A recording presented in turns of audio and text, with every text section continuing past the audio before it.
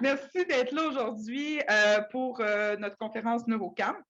Donc, aujourd'hui, on a le plaisir de recevoir Dr. Robert-Paul Juster, qui est à l'Université de Montréal, qui est professeur, chercheur à l'Université de Montréal, qui est également chercheur au Centre de recherche de l'Institut universitaire en santé mentale de Montréal, donc le CIUS de l'Est de l'île.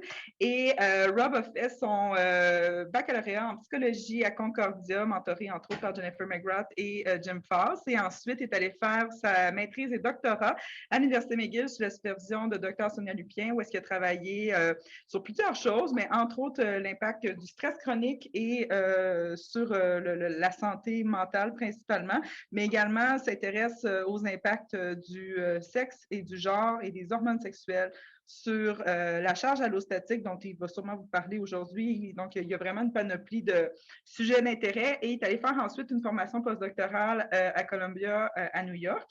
Et il est de retour parmi nous depuis 2018. Est-ce que j'ai rapport? Oui, depuis l'été 2018, il est de retour à Montréal et c'est vraiment un plaisir de l'avoir avec nous aujourd'hui et de l'avoir à Montréal en général pour collaborer sur tout plein de projets. Donc, Rob, merci beaucoup d'être là. Puis, je te laisse la parole et bien sûr, on va avoir la chance de discuter et de prendre des questions par la suite. Merci beaucoup, Marie-France. Puis merci beaucoup pour l'invitation. Je considère Marie-France vraiment comme ma grande sœur académique. Donc, merci pour tout ton soutien. Puis aussi, je suis content, Boris Bernard, qui a déjà présenté avec vous. C'est mon grand frère académique. Donc, je suis entouré de la famille aujourd'hui, donc c'est fantastique. Donc, avant de commencer, je vais parler aujourd'hui de sexe et genre en lien avec le stress et la santé mentale.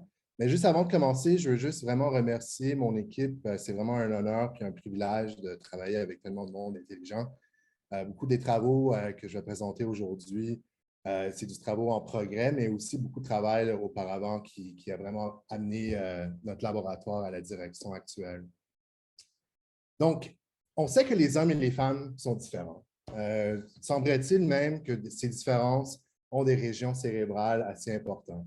Mais à part d'être un stéréotype un peu neurosexiste, est-ce que ces différences sont vraiment réellement reliées au stress, à la résilience et à la santé mentale? Oui, on sait que les cerveaux des hommes sont un peu plus larges que les femmes. D'ailleurs, il y a beaucoup plus de trous, par contre. Mais beaucoup plus actuellement, il y a beaucoup d'intérêt de comprendre les différences cérébrales, plus à un niveau de mosaïque. Donc oui, certaines régions semblent avoir des différences assez importantes en termes de volume, mais c'est vraiment l'idée de plusieurs régions peut être différente pour certaines personnes. L'idée derrière les mosaïques, c'est vraiment de voir beaucoup de régions ensemble versus regarder ça d'une manière de sexe binaire. De l'autre côté, on sait qu'il y a quand même des différences assez importantes entre les hommes et les femmes quand ça vient à beaucoup de problèmes de santé et de santé mentale. Mais quelque chose qui est très important à considérer, c'est que des fois, ça peut changer ou ça peut se manifester différemment pour certaines populations. Donc, par exemple, chez la communauté LGBTQ+, souvent, c'est un peu inversé. De l'autre côté, historiquement, il y a des changements. Donc, auparavant, on ne parlait pas de maladies cardiovasculaires chez les femmes, mais maintenant, il y a plus de femmes au Canada qui meurent de problèmes de cœur chaque année. Qu'est-ce qui a changé? Donc, quand on parle de sexe biologique ou de sexe binaire, on a la tendance de vraiment parler de tous les aspects biologiques.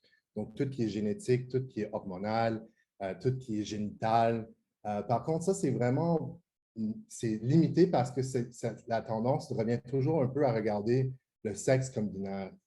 Le genre, de l'autre côté, pourrait être considéré comme tous les aspects socio-démographiques, socio-culturels et psychosociaux à l'intérieur de chaque sexe. Donc, on parle vraiment de rôle, comportement, expression et identité des filles, des femmes, des garçons, des hommes et des personnes de diverses identités de genre. Puis, ma présentation aujourd'hui va vraiment s'intéresser à montrer à quel point le sexe biologique et le genre socio-culturel est relié au stress de manière assez intéressante. Donc, chaque variable explique un peu plus d'informations. Donc, on dit que chaque cellule est sexuée, chaque personne a son genre et chaque organisme est stressé. Mais qu'est-ce qu'on veut dire quand on parle du stress? Donc, souvent, on parle de stress dans le grand public, puis c'est souvent la pression de temps. Mais une définition en neuroendocrinologie, c'est que le stress est défini comme une menace réelle ou interprétée à l'intégrité physique et ou psychologique de la personne qui entraîne des réactions biologiques et comportementales. Il y a 3 traditions très importantes pour mesurer le stress, donc les perspectives environnementales, les perspectives psychologiques et les perspectives biologiques. Puis qu'est-ce que j'aimerais vraiment mettre à l'axe comme message principal de ma présentation, c'est que c'est essentiel d'être capable de combiner ces traditions ensemble. Parce que si on regarde juste la biologie, ça devient vraiment mêlant parce qu'on peut avoir des niveaux bas ou élevés de certains paramètres, puis ça peut être aussi affreux pour leur santé.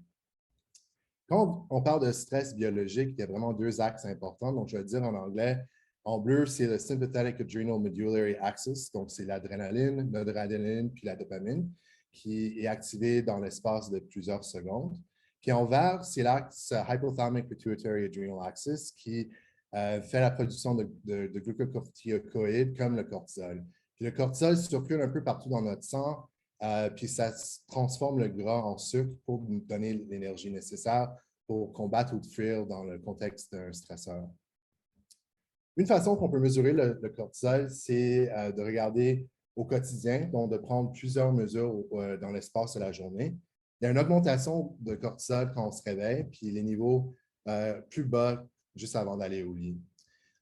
Puis c'est important de regarder ce profil parce que ça nous donne une indication de certaines maladies mentales et de physique aussi. Donc, qu'est-ce qu'on voit en vert? C'est vraiment le profil normal d'une personne.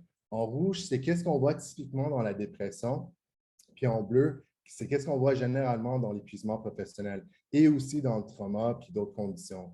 C'est assez important pour la psychiatrie parce que souvent, le monde qui va avoir un arrêt de travail pour le burn-out vont être donnés des antidépresseurs qui peuvent avoir un effet sur la sérotonine et le cortisol pour le diminuer plus. Donc, c'est important de considérer la biologie dans le contexte de le fonctionnement psychosocial de la personne. Une autre façon qu'on regarde le cortisol, c'est de stresser le monde. Donc, j'ai passé beaucoup de ma vie avec Marie-France à stresser le monde, puis leur faire cracher pour regarder leur salive. La salive, c'est la meilleure façon de regarder le cortisol. Puis on voit ici qu'il y a une différence assez importante entre les hommes et les femmes. Donc, généralement, pour des stresseurs qui impliquent un peu plus un genre de challenge, donc des mathématiques ou quelque chose de ce style, les hommes généralement produisent plus de cortisol. On veut avoir une réponse de cortisol, c'est adaptatif, c'est important, puis on veut être capable de se calmer le pompon une fois que c'est fini. Il y a 4 profils dans lesquels on peut vraiment commencer à voir un profil un peu pathogénique. Donc, le premier, c'est une activation répétée. Donc, on peut imaginer quelqu'un dans un quartier défavorisé qui doit constamment activer leur axe de stress. Relié à ça, c'est un manque d'adaptation. Donc, certaines personnes, par exemple, avec une estime de soi bas, elle a la tendance de ne pas vraiment s'adapter à des stresseurs similaires. Un autre, c'est une prolongation d'une réponse. Puis ça, c'est quelque chose qu'on voit beaucoup dans le vieillissement où les axes de stress ne se calment pas après que le stresseur n'est plus là. Puis finalement, un manque de réponse. Donc, comme on a vu avec le burn-out ou l'épuisement professionnel, c'est un manque de réponse. Puis on voit ça actuellement dans 25 des conditions reliées au stress. Donc, l'épuisement professionnel, le PTSD, fibromyalgie, la fatigue chronique, puis la dépression atypique que je pense est actuellement l'épuisement professionnel. Maintenant, je vais vous introduire un concept qui s'appelle l'allostasie. C'est une idée que pour maintenir la stabilité, un organisme doit varier tous les paramètres de son milieu interne et les accorder proprement aux demandes de l'environnement. Donc, l'allostasie, c'est essentiellement tous les processus physiologiques pour s'adapter à l'environnement. Donc, on pourrait imaginer qu'une réponse de stress, c'est un mécanisme d'allostasie. C'est adaptatif dans le court terme, mais avec le long terme, ça devient vraiment un problème. Puis, qu'est-ce qu'on appelle la charge allostasique? Donc, en anglais, allostatic load. Puis, essentiellement, c'est le coût que le corps et le cerveau ont d'être dans un état de stress chronique en synergie avec des comportements de santé malsains. Puis, on peut imaginer, c'est un peu comme the straw that breaks the camel's back, comme on peut voir avec vos petites bêtes là. Puis, qu'est-ce qui est intéressant avec la charge allostatique, c'est qu'on ne regarde pas tout simplement le cortisol. On regarde tout un réseau de biomarqueurs qui sont reliés au stress chronique. Donc, le système central nerveux, le métabolisme, le système immunitaire et le système cardiovasculaire. Essentiellement, une charge allostatique plus élevée pour cet ensemble de biomarqueurs est corrélée ou qui peut prédire des maladies cardiovasculaires, la mortalité, des problèmes psychiatriques, des problèmes neurologiques. Puis il y a quand même énormément de recherches dans les derniers 30 ans qui ont démontré ça dans minimalement 200 études. Donc, juste pour faire un résumé, l'allostasie, c'est vraiment la stabilité à travers le changement, alors que la charge allostatique, c'est l'usure dans le temps de les mécanismes allostasie. Puis, qu'est-ce qui est intéressant de ce concept qui le distingue un peu de toutes les théories un peu plates d'homéostasie, c'est que le cerveau est vraiment au centre de tout ce processus-là. C'est un modèle assez compréhensif qui considère énormément de facteurs dans la vie de la personne, donc les différences individuelles, comportementales, qui vont toutes ensemble avoir un effet sur comment le cerveau va détecter des menaces et comment le cerveau et le corps vont réagir à un stresseur. On peut imaginer la charge allostatique un peu comme un effet domino. Donc, au début, le cortisol, l'adrénaline, l'inflammation vont avoir des effets cellulaires sur plusieurs biomarqueurs qui sont utilisés au quotidien en biomédecine pour prédire particulièrement des maladies cardiovasculaires et des maladies métaboliques. Puis avec le temps, quand il y a plus de dérégulation, ça augmente le risque d'avoir des problèmes de morbidité et de mortalité.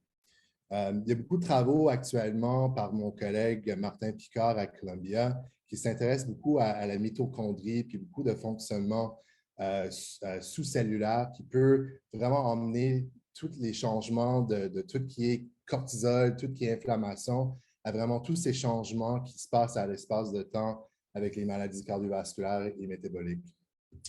On peut mesurer la charge allostatique. C'est souvent utilisé comme concept théorique pour expliquer comment le stress chronique est mauvais. Mais on peut aussi le mesurer. Puis la première façon que c'était fait, c'était de prendre un ensemble de biomarqueurs qui sont tous, d'une manière ou l'autre, reliés à la santé physiologique, reliés au stress. Puis, qu'est-ce qu'ils ont été capables de faire avec ce index de charge allostatique? C'était dans un échantillon de petits vieux en bonne santé. Ils étaient capables de prédire des problèmes physiques, des problèmes cognitifs, des problèmes cardiovasculaires, et même la mortalité 12 ans plus tard dans cet échantillon. Une autre façon qu'on peut le mesurer, parce que généralement, c'est mesuré avec des biomarqueurs pour juste ton échantillon, mais une autre façon, c'est se baser sur des normes cliniques. Donc, ici, on voit que quelqu'un a un cholestérol de 7 qui est encerclé, la personne prend des médicaments parce que 7 dépasse de 5,2. Mais après 2 ans, cette personne a développé la diabète. Et on voit que le glucose, 5,4, ce n'est pas encore rendu à 6, triglycérides, 1,5, ce n'est pas rendu encore à 1,8, mais c'est quand même proche. Le HDL, c'est le bon cholestérol qui est élevé, mais c'est bien correct tout ça. Donc, cette personne, pour l'ensemble de ces 4 biomarqueurs, aurait un cote de 3 parce qu'il dépasse la 75e pourcentile pour les biomarqueurs où les valeurs élevées sont problématiques. Et de l'autre côté, le cholestérol bas, le cholestérol bon qui est bas serait problématique, mais ce n'est pas le cas dans cette situation-là. Donc, dans l'espace de plusieurs, je dirais que ça va faire 30 ans que ce concept est utilisé beaucoup en santé publique et en psychologie et en neurosciences. Qu'est-ce qu'on voit sur l'axe X? C'est le nombre d'études. C'est quand même un article qui date de 10 ans. Mais vous voyez sur l'axe X le nombre d'études, puis la représentation de certains biomarqueurs.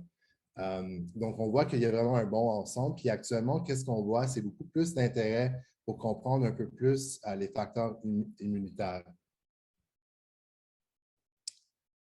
Puis avec beaucoup d'études un peu partout au monde, des grosses études américaines, qu'est-ce qu'on trouve? C'est que l'âge est le facteur le plus important pour la charge allostatique. Donc, le plus qu'on vieillit, le plus que notre charge allostatique va augmenter. Un statut socio-économique plus bas est aussi relié à une charge allostatique plus élevée et être d'une race ou ethnicité non blanc. Le sexe, par contre, est une variable au début qui était considérée un peu comme covariable si tu es considéré alors, parce qu'il y a certaines études qui ne le considéraient même pas.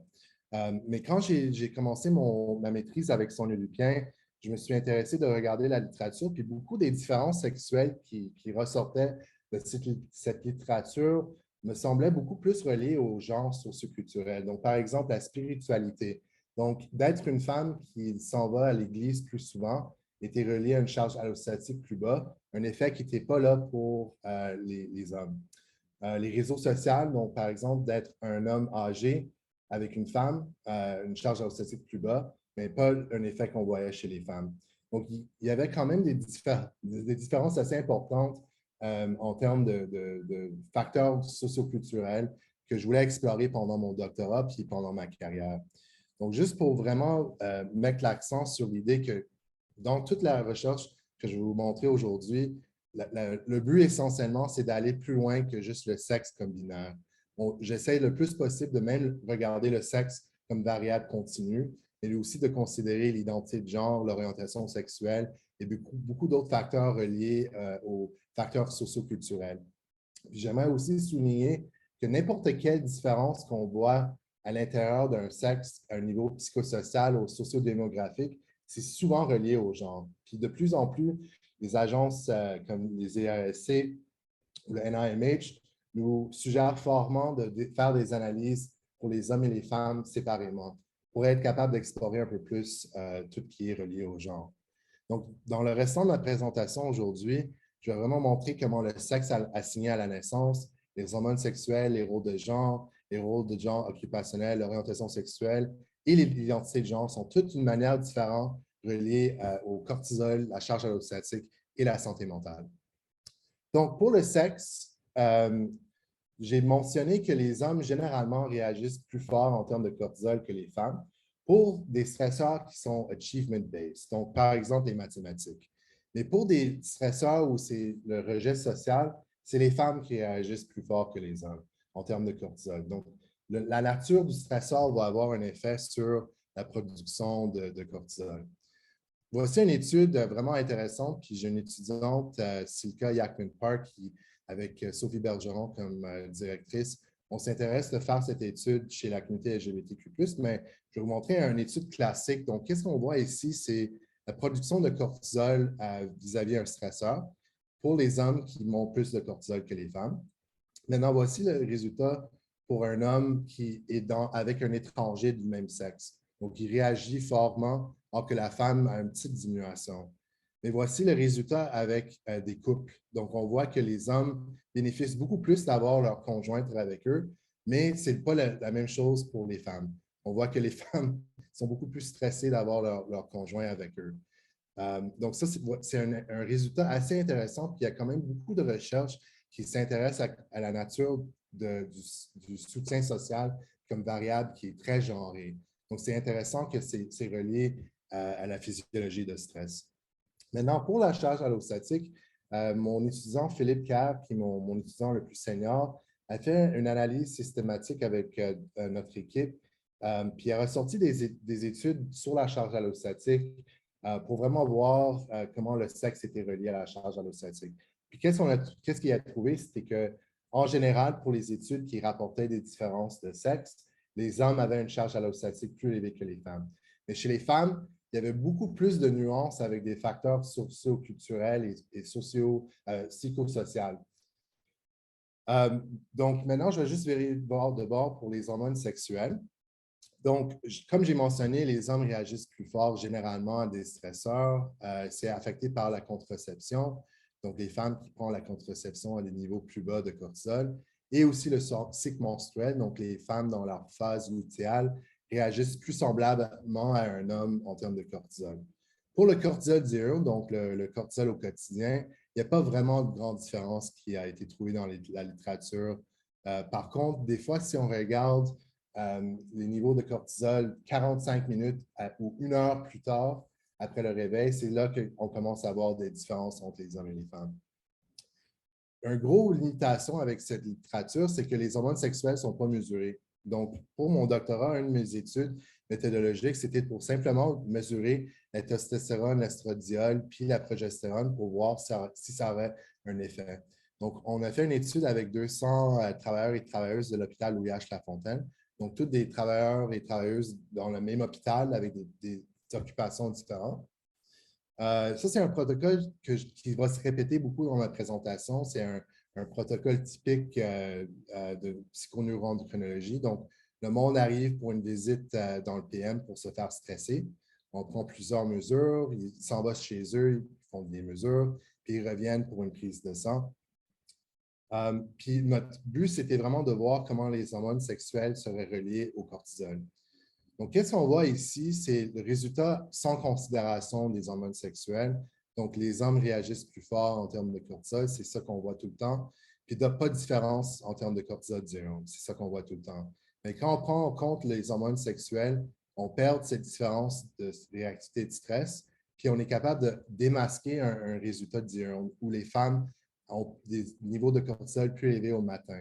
Puis drôlement, c'est un résultat qui est expliqué par les niveaux de testostérone plus élevés chez les femmes un peu plus âgées. Mais c'est un effet qui est aussi expliqué par les femmes qui ont des enfants à la maison. Donc, voici un variable un peu plus relié au genre. Qui m'amène à la prochaine section sur les rôles de genre. Donc, les rôles de genre, c'est les normes sociales que nous assimilons et que nous endossons pendant notre vie. C'est vraiment des stéréotypes de masculinité et de féminité. Donc, les traits masculins, ça serait compétitif, indépendant, individualiste. Les traits plus féminins, ça serait plus empathique, plus collectiviste, plus understanding. Puis, je me suis intéressé de regarder les rôles de genre en lien avec la charge allostatique. Puis, qu'est-ce que j'ai trouvé? Le plus négatif que l'index le plus masculin qu'une personne est. Donc, dans un petit échantillon de 30 personnes, si la personne avait une plus grande masculinité, il y avait une charge allostatique plus élevée. Puis, c'est un effet qui était indépendant du sexe. Donc, ça m'a inspiré un peu avec Sonia de continuer cette ligne de recherche. Donc, on voulait faire ça avec les 200 travailleurs de Louis H. Lafontaine. Puis regardez une théorie très importante en psychologie de Ben, donc l'hypothèse d'androgynité, qui dit que les personnes qui ont une haute masculinité et une haute féminité sur un questionnaire de rôle de genre seraient du monde plus adaptatif parce qu'ils sont capables de vraiment s'adapter à des contextes différents. De l'autre côté, ceux qui scorent plus bas que la médiane pour la masculinité et pour la féminité, c'est du monde indifférencié, donc du monde un peu flamou, qui serait moins adapté à la société essentiellement. Donc, on s'est intéressé de regarder ça d'une manière indépendamment du sexe. Si tu étais quelqu'un androgyne, tu avais une meilleure estime de soi, un meilleur bien-être, puis moins de symptômes dépressifs. Maintenant, pour la charge allostatique, on avait un ensemble de 20 biomarqueurs et on a calculé la charge allostatique de deux façons différentes. Donc, la première, c'était tout inclus. Donc, on a calculé nos cutoffs pour nos biomarqueurs sans considération pour le sexe, qui est généralement ce qui est fait dans la littérature. Mais c'est problématique parce que pour l'ensemble de ces 20 biomarqueurs, on avait 10 qui étaient différents entre les hommes et les femmes. Donc, l'autre formulation, c'était une formulation plus sexe-spécifique. Donc, qu'est-ce qu'on a trouvé? C'est le résultat qui est semblable aux revues systématiques de Philippe, c'est que les hommes ont une plus grande charge allostatique que les femmes quand on ne prend pas vraiment en considération des cut-offs basés sur le sexe. Mais quand on prend en considération de biomarqueurs qui sont différents entre le sexe, on est capable de détecter un effet de sexe et de rôle de genre, où les hommes androgynes ont une plus basse charge allostatique que les hommes indifférenciés, puis les hommes indifférenciés ont une charge allostatique plus élevée que les femmes indifférenciées. Drôlement, on n'a pas trouvé de différence entre les femmes basées sur ce rôle de type. Est-ce que l'androgynité serait quelque chose qui n'est pas nécessairement aussi bénéfique pour les femmes qui, depuis la Deuxième Guerre mondiale, ont pris une plus grande place dans le travail sans nécessairement avoir d'équité à la maison? C'est quelque chose qu'on ne peut pas répondre, mais on s'est intéressé d'aller plus loin, de comprendre un peu la nature du travail de la personne. Puis ça, c'est du travail de Philippe Kerr encore, qui s'intéressait vraiment au rôle occupationnel des personnes. Donc, on a fait un sondage de, je pense, c'était 200 travailleurs et travailleuses pour vraiment demander pour toutes les occupations de travailleurs et travailleuses de l'OIH, de dire c'est quoi la masculinité puis la féminité de ces professions différentes. Puis on s'entend que c'est sûr que le monde, il y a énormément de stéréotypes en termes de profession. Puis on s'intéresse à l'avenir dans mon laboratoire de vraiment regarder le mélange entre les rôles de genre de la personne et les rôles de genre occupationnels stéréotypés pour voir un peu le match ou le mismatch vis-à-vis l'occupation de la personne. Donc, c'est un peu un fil d'araignée. J'avoue que c'est Philippe qui a travaillé avec notre statisticien pour faire ça, mais l'essentiel de cette fil d'araignée, c'est que pour les rôles de genre individuels sont reliés un peu au stress au travail, mais sont tous reliés à la santé mentale. Mais quand on regarde les rôles de genre occupationnels, ils ne sont pas en tout reliés à la santé mentale, mais sont fortement corrélés avec beaucoup de facteurs de stress au travail. Maintenant, je vais vous montrer des recherches avec Bianca D'Antonio, avec un échantillon de 200 travailleurs et travailleuses un peu de n'importe quelle profession à Montréal. Puis on s'est intéressé de regarder le statut occupationnel de la personne. Donc, basé sur leur occupation, on peut faire un code basé sur Census Data. Et on a trouvé que les hommes avec un statut socio-économique plus élevé avaient une charge allostatique plus élevée. C'est complètement l'inverse chez les femmes. C'était largement expliqué par les hommes un peu plus jeunes qui avaient moins de soutien social dans leur milieu de travail. Donc, j'ai montré un peu comment les rôles de genre sont reliés à la santé mentale puis la charge allostatique, mais il y a beaucoup d'autres façons qu'on peut considérer le genre à un niveau plus sociodémographique et puis plus macro que ce que j'ai fait avec l'individu. Puis une façon que ça a été fait, c'est de la recherche par Louise Pilote, qui a pris tout un ensemble de facteurs sociodémographiques où il y a souvent des différences entre les hommes et les femmes. Puis elle a pris cette information, puis l'a mis dans un factor analysis, puis après, elle a mis l'information dans une régression logistique où la variable dépendante était homme ou femme. Puis elle a sauvegardé cette variable qui était essentiellement la propensité d'être un homme ou une femme basée sur cet ensemble de facteurs sociodémographiques. Puis qu'est-ce que Louise puis son équipe a été capable de trouver? C'est qu'indépendamment du sexe, si tu avais une plus grande propensité vers la féminité, tu avais une plus grande probabilité d'avoir des problèmes cardiovasculaires et avoir plus d'hospitalisation reliées à cette maladie. Donc, c'est un concept assez intéressant parce que beaucoup de ces variables sont utilisées dans beaucoup de votre recherche. Puis, beaucoup de mes étudiants actuellement, donc Enzo Cipriani et un en particulier, qui s'intéressent à appliquer ça à la santé mentale puis en neurosciences pour voir si ça s'applique aussi. Maintenant, je vais tourner vers l'orientation sexuelle qui était vraiment, je dirais, le centre de mon doctorat avec Sonia. Donc, on sait que la communauté lesbienne, gay, bisexuelle et transgenre sont plus vulnérables à beaucoup de stresseurs et de problèmes de santé mentale reliés au stigma. En 2011, il y a un rapport très important qui est sorti des États-Unis qui a mis en priorité la recherche chez la communauté LGBT.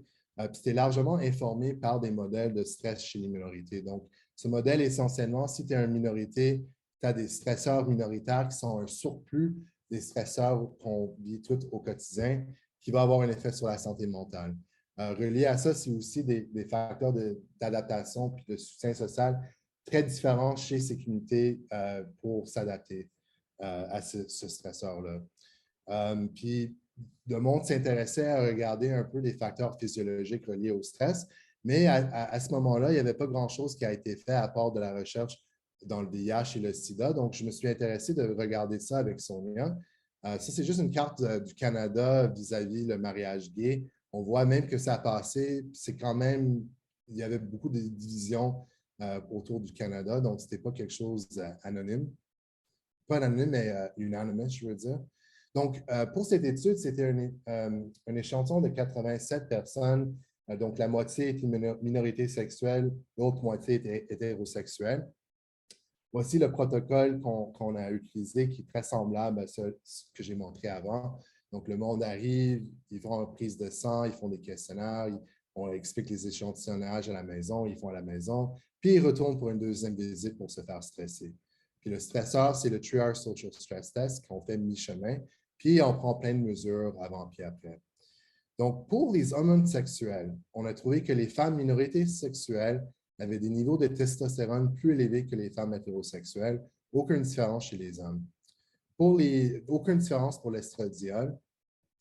Et pour la progestérone, les femmes minorités sexuelles avaient encore des niveaux plus élevés que les femmes hétérosexuelles, aucune différence chez les hommes.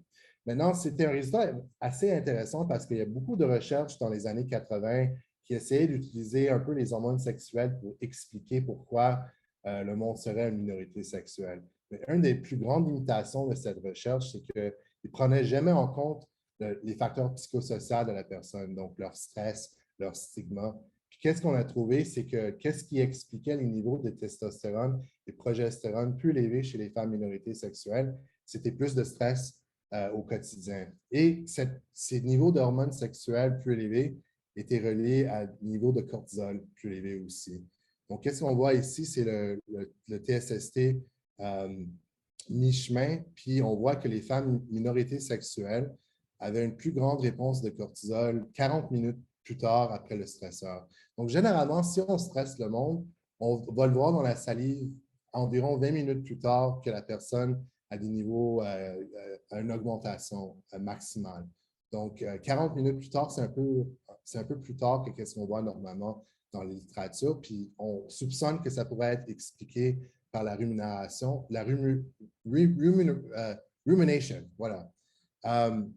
Maintenant, chez les hommes, on a trouvé l'inverse. Donc, les hommes gays bisexuels n'ont pas répondu aux stresseurs, mais les hommes hétérosexuels ont montré cette réponse typique qu'on voit dans la littérature avec un niveau maximal 20 minutes plus tard.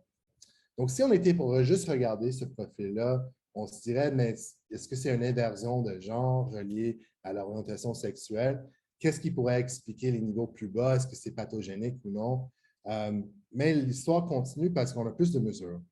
Donc, on a aussi pris des facteurs cardiovasculaires, puis on a trouvé que les hommes minorités sexuelles avaient le pouls plus élevé pendant toute la séance comparé aux hommes hétérosexuels. Donc, c'est intéressant parce que quand on regarde le cortisol, c'est l'inverse. Puis ça fit avec un modèle de charge allostatique où certains systèmes vont se contrebalancer dans des contextes d'adversité.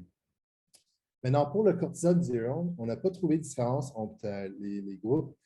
Par contre, un sous-échantillon de personnes qui avaient complètement sorti du placard, on a trouvé que ce monde-là avait des niveaux de cortisol plus bas au matin comparé à ceux qui n'avaient pas complètement fait leur coming out à leur famille et à leurs amis.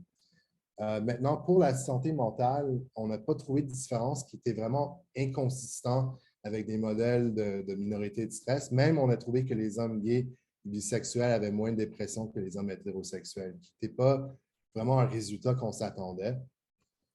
Mais ça s'expliquait un peu par le coming out, parce que ceux qui avaient complètement fait leur coming out avaient moins d'anxiété, moins de dépression, puis moins d'épuisement professionnel. Donc, voici encore l'importance de tout ce qui est bio puis psychosocial en complément.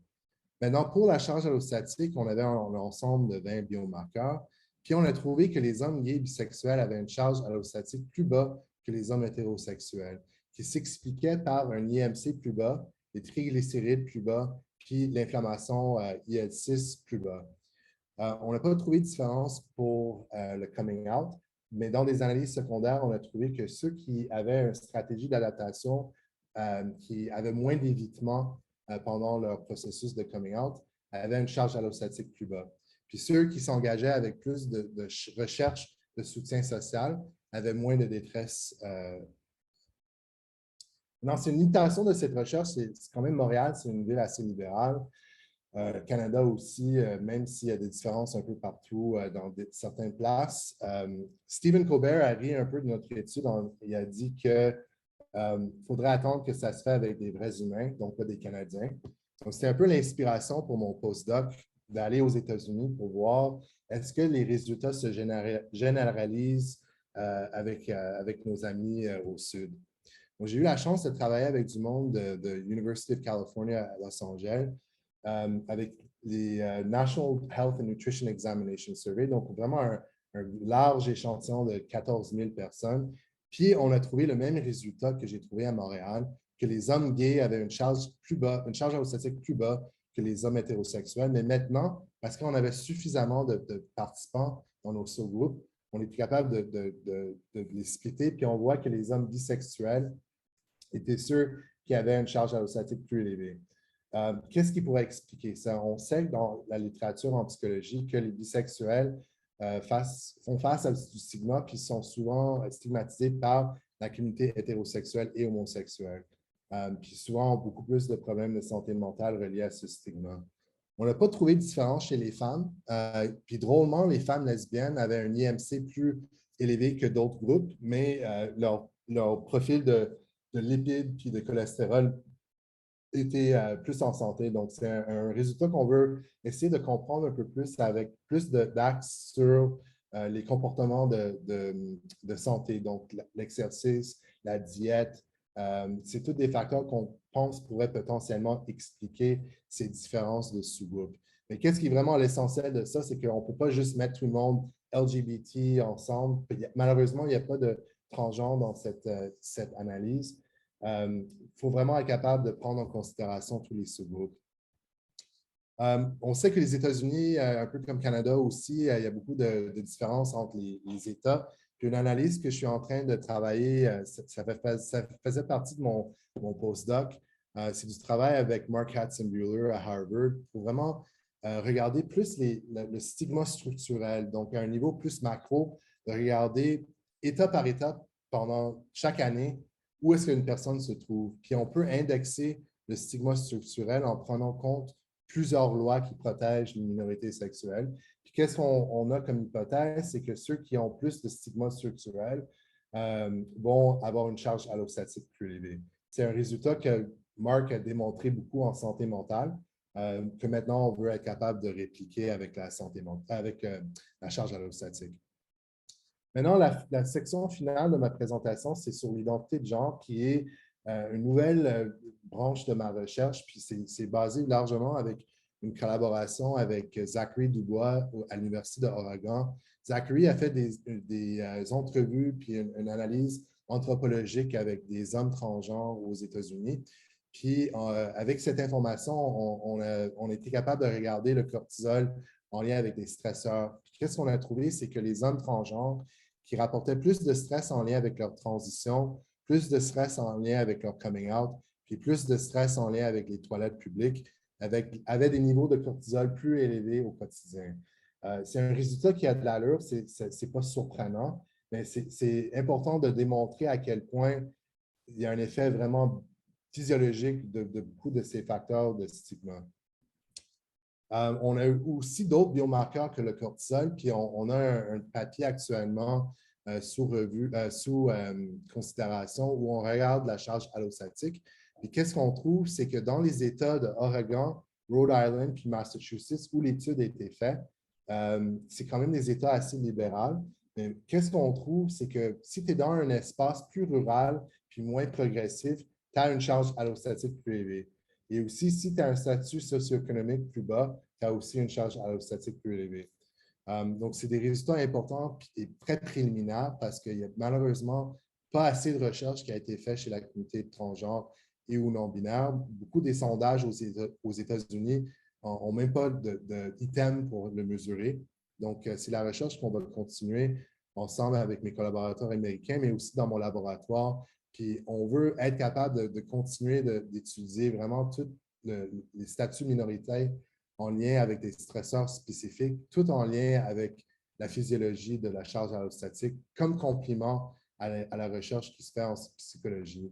Puis, on va vraiment mettre un accent pour comprendre beaucoup plus les facteurs de résilience, donc les stratégies d'adaptation, le soutien social, puis les ressources communautaires qui pourraient expliquer certaines différences de sous-groupes qu'on voit dans notre recherche. Puis le soutien social, c'est un facteur très important. Je vais vous montrer un résultat de Silka Yackman Park où on a regardé du monde de la communauté LGBTQ+ pendant la pandémie. Puis qu'est-ce qu'on trouve ici, c'est que le monde de la communauté LGBTQ+, l'effet modérateur du soutien social est 4 fois plus fort pour eux pour nuire l'effet de la détresse psychologique et la dépression que chez les participants hétérosexuels, qui bénéficient aussi du soutien social, mais pas de même niveau. Donc, ça montre à quel point il y a un concept qui s'appelle Families of Choice. Beaucoup de personnes de la communauté LGBTQ+, ne reçoivent pas nécessairement le soutien de leur famille, donc ils cherchent avec d'autres personnes de la communauté. Puis, c'est intéressant qu'on a vu ça dans les premiers 3 mois de la pandémie, puis c'est quelque chose qu'on va poursuivre avec un sondage que mon laboratoire est en train de continuer de l'utiliser. Donc, jusqu'à maintenant, on a regardé le stress réactif chez la communauté minorité sexuelle, et on aimerait être capable d'aller plus loin pour voir les profils de cortisol et les profils de diurne et de charge allostatique chez la communauté trans et non-binaire. Donc, on a du financement pour un protocole. Actuellement, c'est du travail que je travaille avec Mathias Rossi, qui est un étudiant dans mon laboratoire. Puis, essentiellement, c'est un protocole où on stresse le monde, mais on a eu la chance d'avoir des équipements plus pour regarder tout ce qui est psychophysiologique. Donc, c'est quelque chose qu'on intègre dans mon laboratoire pour avoir plus de raffinement avec des mesures complémentaires au cortisol, puis tout ce qui est hormonal. Et on s'intéresse aussi à d'autres sous-groupes de la communauté LGBTQ+, particulièrement la communauté intersexe, la communauté asexuelle, pansexuelle. On s'intéresse beaucoup à comprendre toutes ces expériences différentes de chaque communauté, puis on va avoir des études qui vont sortir bientôt. On a actuellement une étude qui est vraiment l'idée par mon étudiant Louis Cartier. C'est un projet qui s'appelle SexCog, qui s'intéresse beaucoup à comprendre la cognition sexuellement dimorphique, ou qu'est-ce qu'on appelle plus maintenant polymorphique, où il y a des différences hommes-femmes. Puis, c'est assez mélangé comme littérature parce que les hormones sexuelles expliquent quelque chose, les rôles de genre expliquent quelque chose de différent, l'orientation sexuelle, l'identité de genre. Donc, on va vraiment avoir un échantillon assez divers pour tout ce qui est la diversité sexuelle et de genre, pour vraiment regarder une batterie de tâches cognitives, vraiment dans l'optique de regarder toute la variance individuelle et individuelle qui peut expliquer ces différences pour vraiment aller plus loin que juste regarder le sexe comme variable binaire. Donc, je répète que le but avec beaucoup de cette recherche, c'est de comprendre le sexe et le genre d'une manière beaucoup plus continuelle. Puis toujours dans l'esprit de prendre des approches transdisciplinaires où on mélange tout ce qui est psychosocial, biologique pour comprendre les expériences de nos participants et participantes. Puis c'est juste en terminant, j'ai parlé beaucoup de sexe puis de sexualité comme facteur qui est relié à la charge allostatique, mais on s'entend que beaucoup de ces variables aussi qui peuvent prédire la charge allostatique, comme les comportements de santé ou les traits de personnalité ou le stress au travail, sont toutes aussi reliés au sexe et genre. Donc, il y a beaucoup d'interactions assez importantes. Puis ça vient au point final de ma présentation sur l'intersectionnalité. Donc, à part du sexe et du genre puis l'orientation sexuelle, le monde peut avoir plusieurs identités qui sont marginalisées. Puis, on doit trouver des façons d'être capable de regarder ça dans la recherche qualitative et la recherche quantitative. Puis je vais terminer avec juste un petit exemple de ça. Ça, c'est une étude avec Stephanie Crook à l'Université de New York où on a regardé les hommes minorités sexuelles blancs et noirs. Puis qu'est-ce qu'on a trouvé? C'est qu'il y avait un rythme circadien aplati chez les hommes noirs en termes de leur cortisol. Ça, c'est un effet qu'on voit dans la littérature sur la discrimination, que beaucoup de systèmes physiologiques peuvent devenir un peu aplatis. Donc, un autre système qu'on regarde souvent, c'est heart rate variability, où c'est aussi aplati. Donc, il y a des façons qu'on peut être capable de mieux indexer l'intersectionnalité en considérant plusieurs identités ensemble. Donc, avec ça, je veux juste remercier, ça prend un village gay et tout un village de collègues pour faire cette recherche. Puis aussi remercier encore mes étudiants et étudiantes puis nos sources de financement de mon laboratoire. Puis je veux juste mentionner en terminant qu'on est à la recherche d'un coordinateur ou coordinatrice. Donc, si jamais vous êtes intéressé, laissez-moi savoir. Merci beaucoup.